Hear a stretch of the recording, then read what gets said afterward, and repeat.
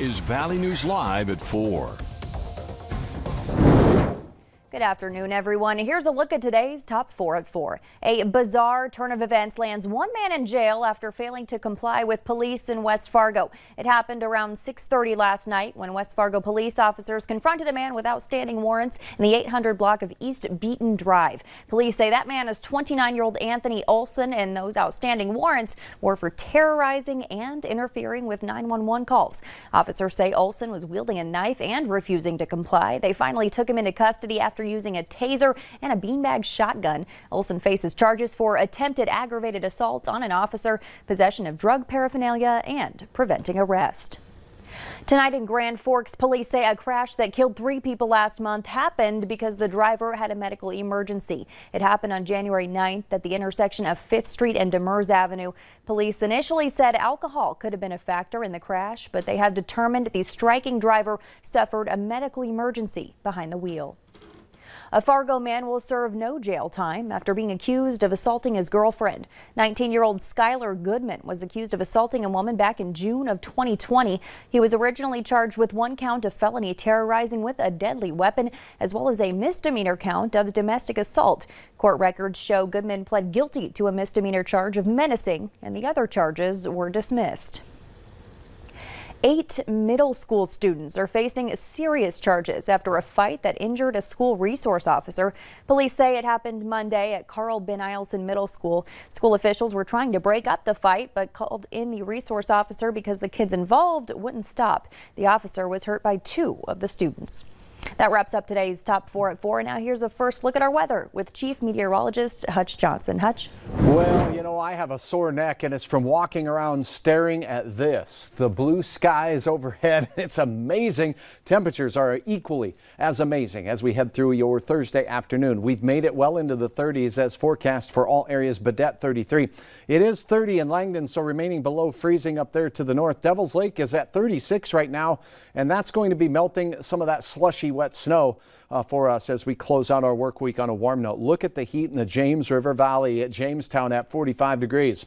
We are watching a mass of clouds and flakes off to the west. That's going to move through on our Friday, but it isn't going to be a hard hitter. So I'll have all the hour-by-hour details you need on your close of weekend planner here in just a moment. But for tonight, lower 30s by the evening hours. It will remain breezy. Stacy, 7 pumps of hairspray is Hutch's recommendation.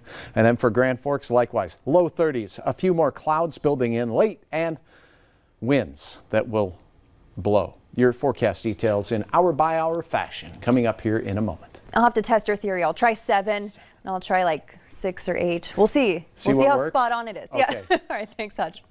Vaccinations are ramping up in the Red River Valley. If you live in Cass County and have high-risk medical conditions, Fargo Cass Public Health wants to hear from you. Residents with 2 or more high-risk conditions, regardless of age, are now asked to share their information with the health department if they're interested in getting the vaccine. You can submit a COVID-19 vaccine resident contact form or call the health department. Fargo Cass Public Health says they're seeing an increase in doses from the state.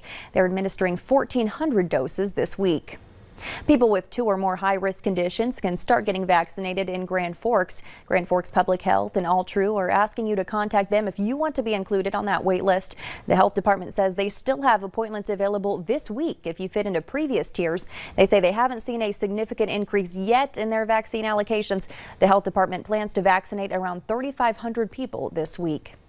Essentia Health says they're giving out around 1,500 vaccines this week. That's about where they've been at. But next week, they're expecting double that amount, around 3,000 doses. The vaccines must be used by next Friday at vaccination clinics in Fargo, Castleton, Wahpeton, Hankinson, Jamestown, Valley City, and Lisbon. Minnesota Governor Tim Walz has laid out a more detailed vaccination plan for the state. The governor says once 70% of Minnesota seniors are vaccinated, the state will then move on to the next priority groups. About 43% have gotten the shot so far.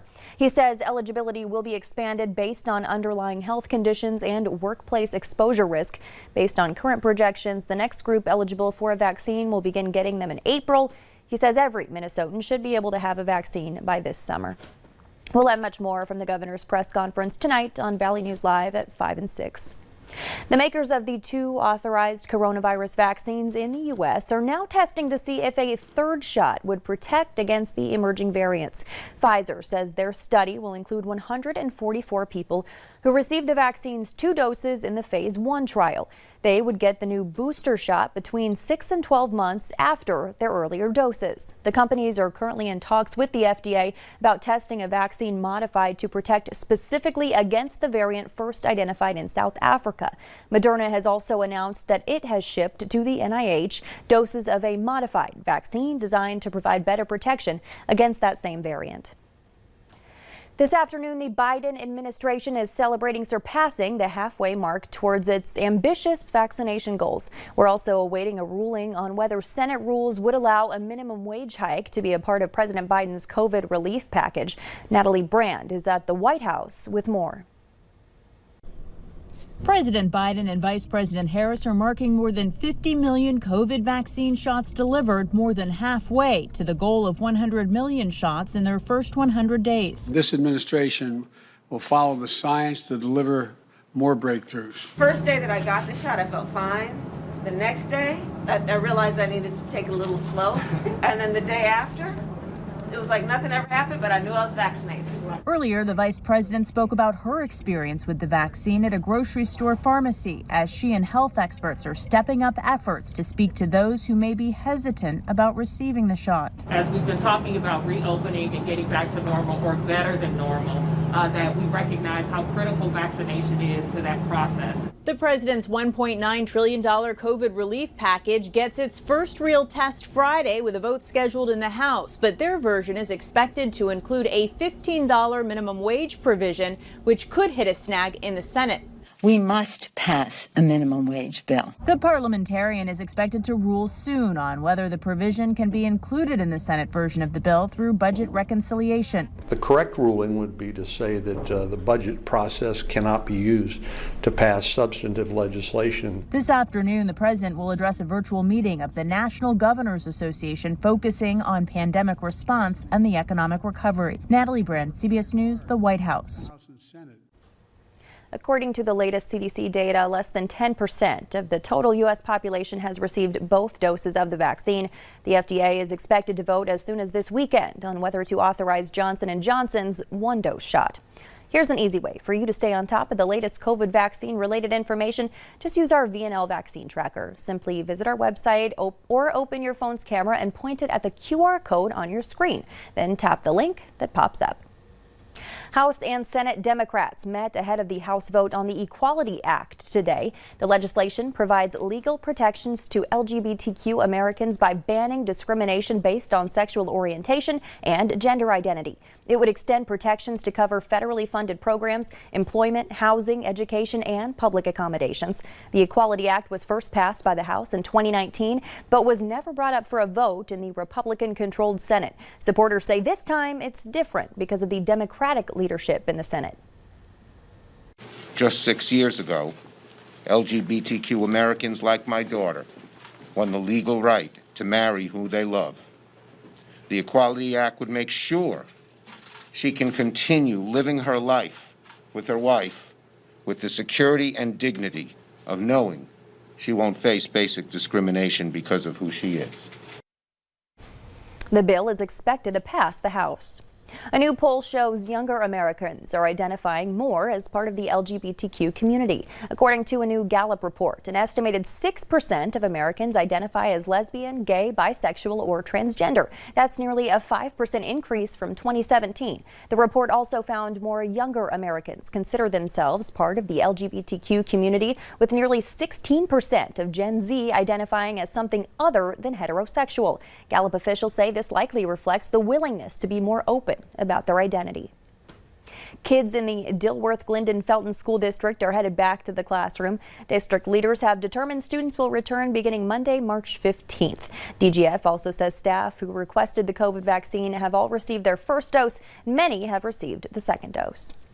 The Minnesota Department of Natural Resources is urging anglers to clean up after themselves when they leave the ice. Officials say the deadline to remove your fish house is March 1st for the southern two-thirds of the state. The DNR asks that you make sure to tidy up the area around your fish house. You could face a $200 fine if you get caught leaving trash.